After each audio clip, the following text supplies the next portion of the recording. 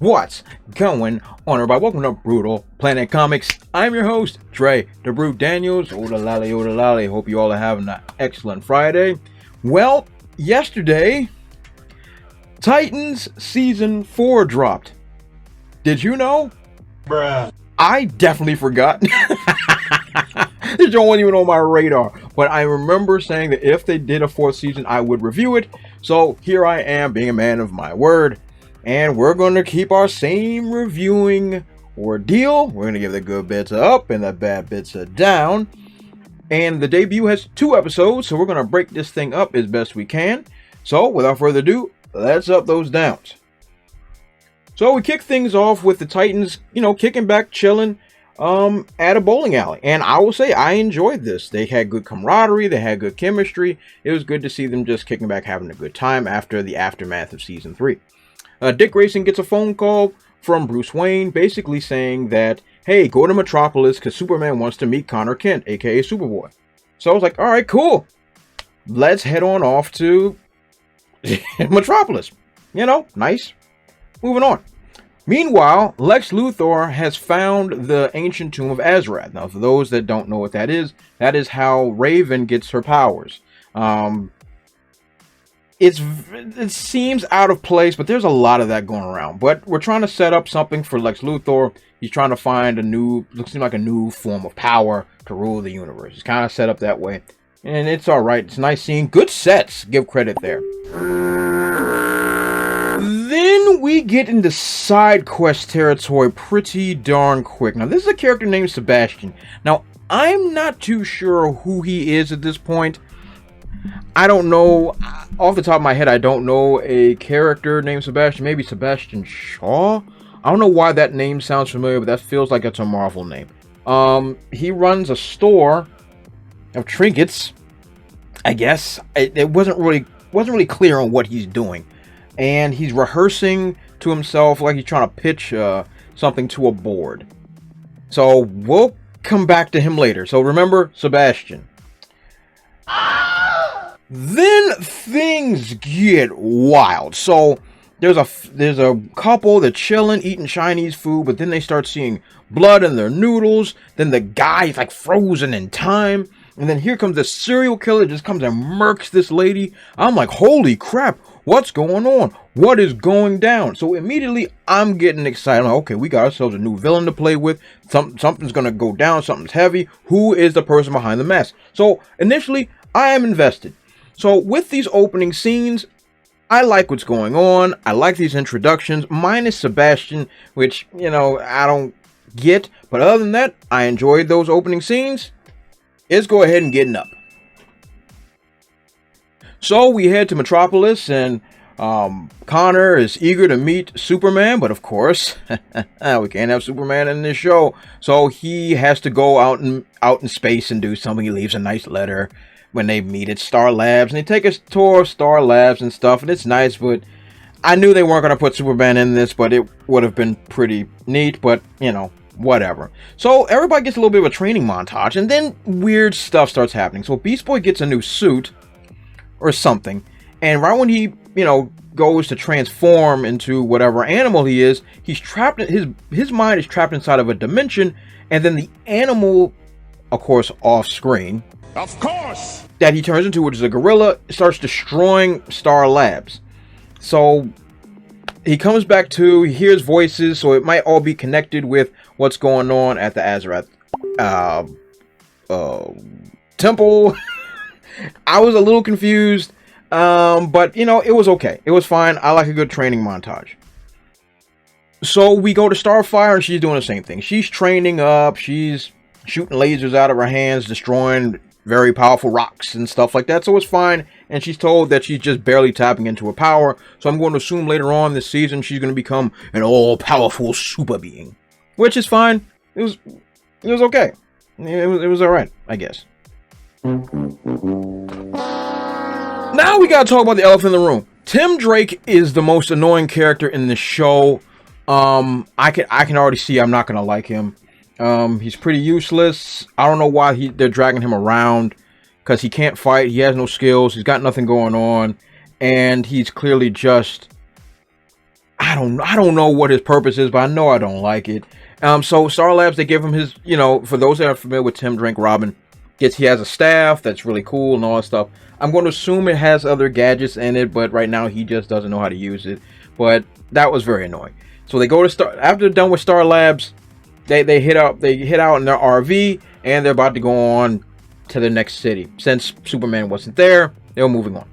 So this Star Lab scene, I like the little training montages. I like a couple of things. I'm still a little confused, but I'm thinking things will be cleared up later on. So for the time being, I'm gonna go ahead and give everything an up here.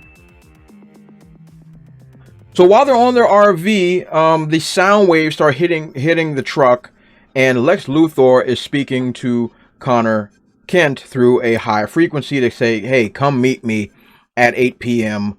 at my house." Now, for those that aren't familiar, Connor Kent is the son of Lex Luthor and Superman, but their DNAs combined in the cloning facility created him. So he's half human, half Kryptonian.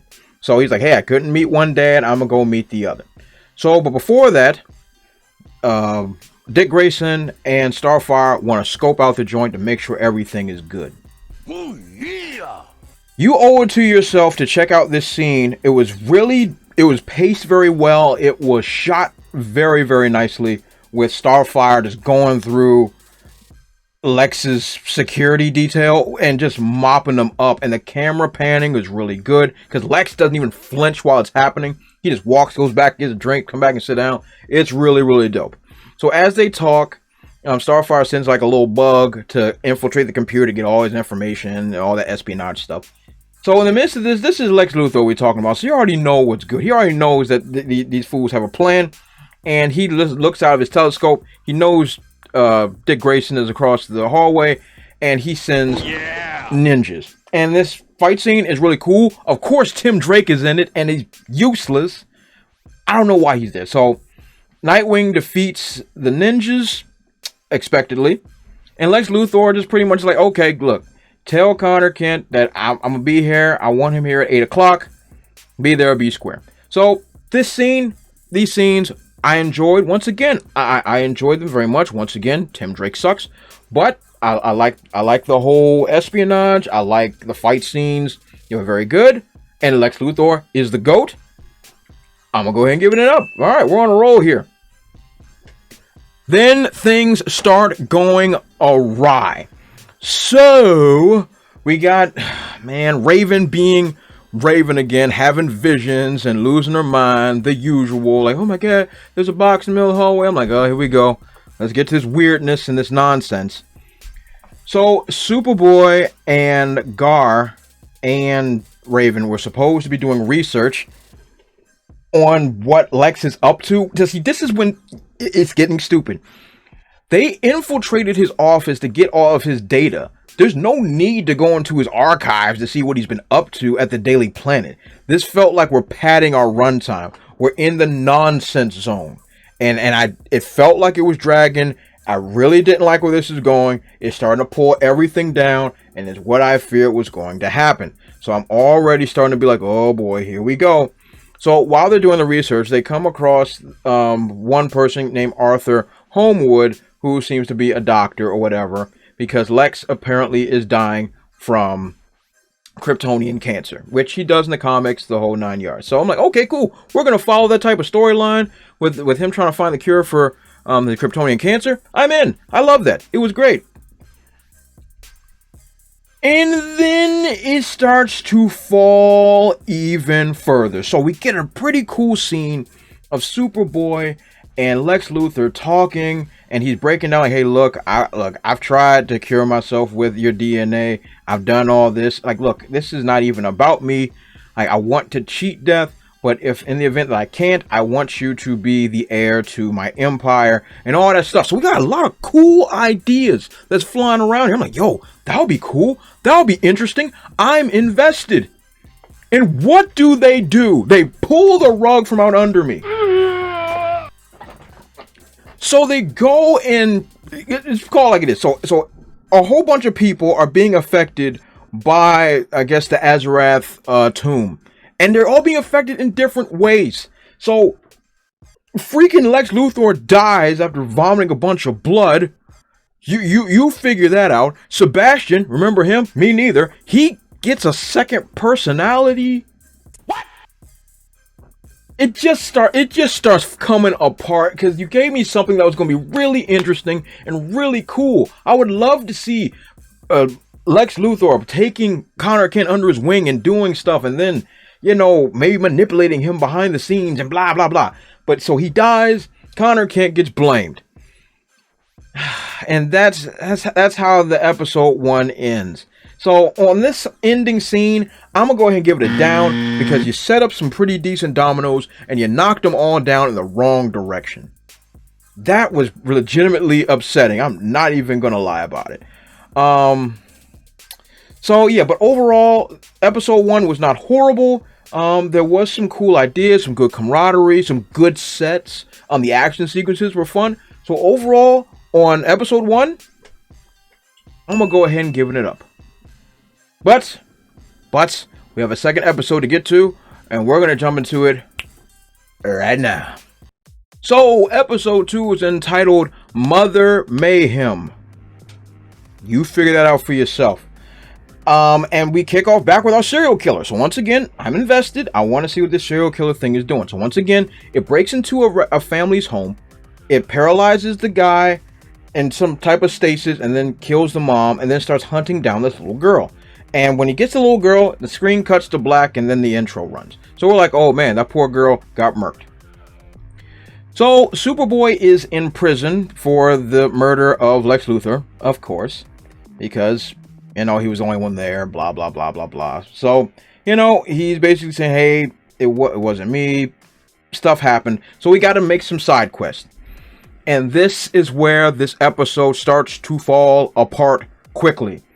So Dick is like, okay, we got to get evidence to, you know, break Superboy out of there. Of course. But then tells her that freaking Lex Luthor was investigating her by taking pictures of her. I don't know why this is being introduced. So then she then begins to hunt down that lead. And things start getting messy because now we're losing track of what we're trying to do and accomplish. So she goes on a side quest and Dick goes on a different side quest to try to find out what's going on. Ew. Meanwhile, Tim Drake is being useless per usual. I guess he's training with Beast Boy. I guess. And he's not doing well because whatever. I don't even know what arc this kid is on, but I don't like it. Then Beast Boy starts hearing voices again, and he starts running through the forest, and then he just passes out. You came here to die. This intro is not hooking me. I'm not feeling good already. I'm already not feeling good about it. It's definitely not grabbing me. It's not giving me what I was like the first episode was giving me. I'm gonna go ahead and give it a down. I was not invested at this point. So the lead takes Starfire to this guy named Nelson who has been monitoring her for reasons which I guess we won't get into because they don't care and she doesn't even ask. And then he admits that not only did Lex Luthor die of bleeding and all that other stuff, but all these major board members all died on the same day. What? The cops didn't know that. And they didn't investigate that either. So Superboy couldn't have killed everybody at the same time, the same way. So this thing is already falling apart, and then he starts bleeding out his mouth, and then he dies. You see where this is going? It's getting ugly. So, so Dick and Raven go to Lex Luthor's home to try to trace back what happens. Raven can sense that about the person that killed Lex Luthor. And it's like, okay, we're going to backtrack this all the way to where he is. And then we're going to stop him. The whole 9 yards like that. She has a pretty cool vision scene of seeing a house and all that cool stuff. So that, once again, visually, they do very good on this show. They do very good. And that's about it. And And then Beast Boy wakes up from his slumber and is like, oh man, what happened? And Tim's like, oh, you passed out when I was chasing after you. I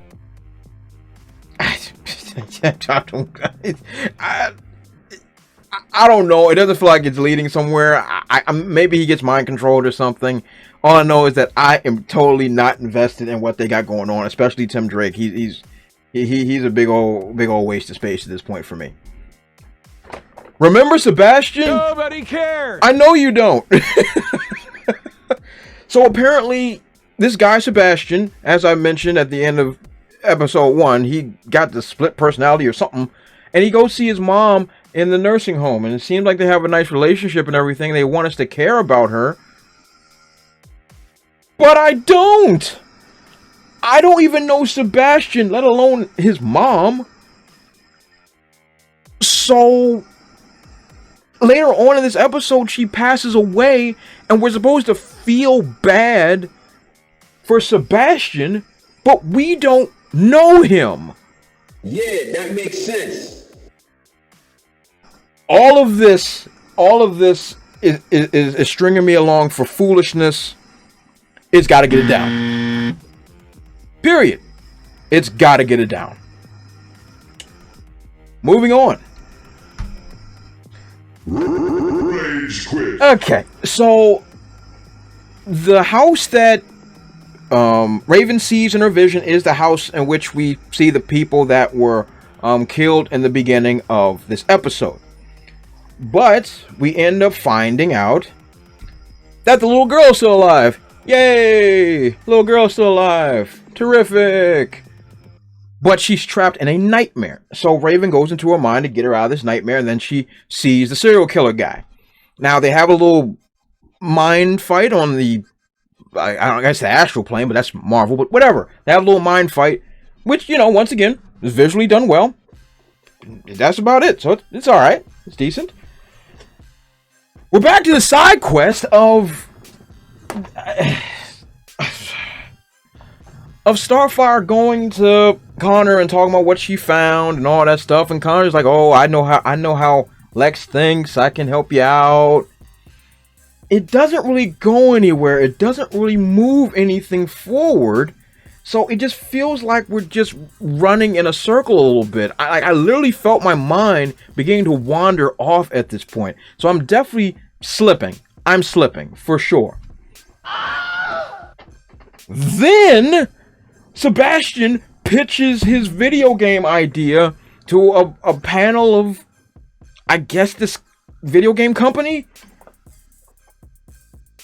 I don't know. I guess this ties in later on, but I don't know or care about this guy at all. So, of course, he bombs because he's awkward and whatever, and they don't see any value in his game, and quite frankly, neither did I.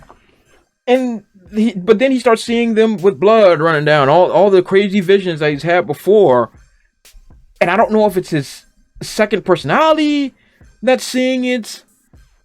I don't know, man. This was all just jumbled up nonsense. I'm not even like I'm at the point of disappointment. It's just, this is just par of the course at this point. And I was just not feeling it. Like, I felt myself daydreaming. It started to get bad. So we get to the serial killer's house, and this is when things just, man, this joint just really starts to spiral. It starts to spiral out of control. So they go to the serial killer's house. They find that the guys have been kept alive. So the serial killer's been killing off these wives or girlfriends or whatever the case may be, but has been preserving the guys alive, which confused the crap out of me, because why? So they find that they're draining the blood of these guys, and they end up saving them or whatever, and pretty much Raven lays the whooping down on the serial killer dude and rips his mask off like Scooby-Doo. And it's Arthur Homewood, the guy that was supposed to be the doctor for Lex Luthor. Say what? But before we can get answers out of him, he sets himself on fire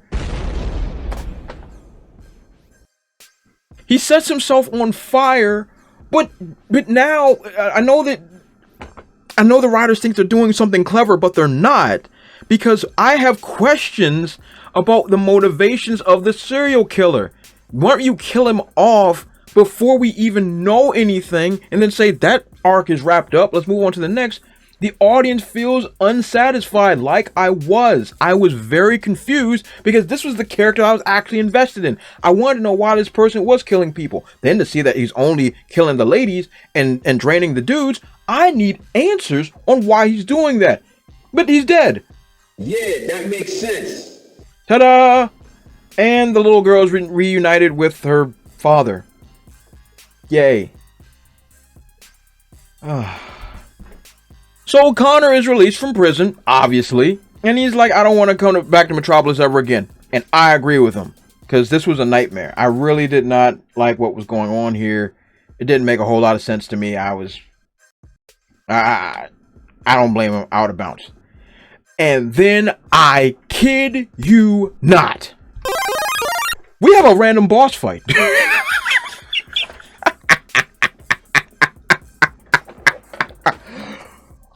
I mean, from out of nowhere, while they're driving down the road, I guess this is Mother Mayhem. I don't know. I don't care. I thought it was Jinx. She comes out in the middle of the highway. How'd she get there? Your guess is better than mine. And the Titans get out of their RV and they get mopped up.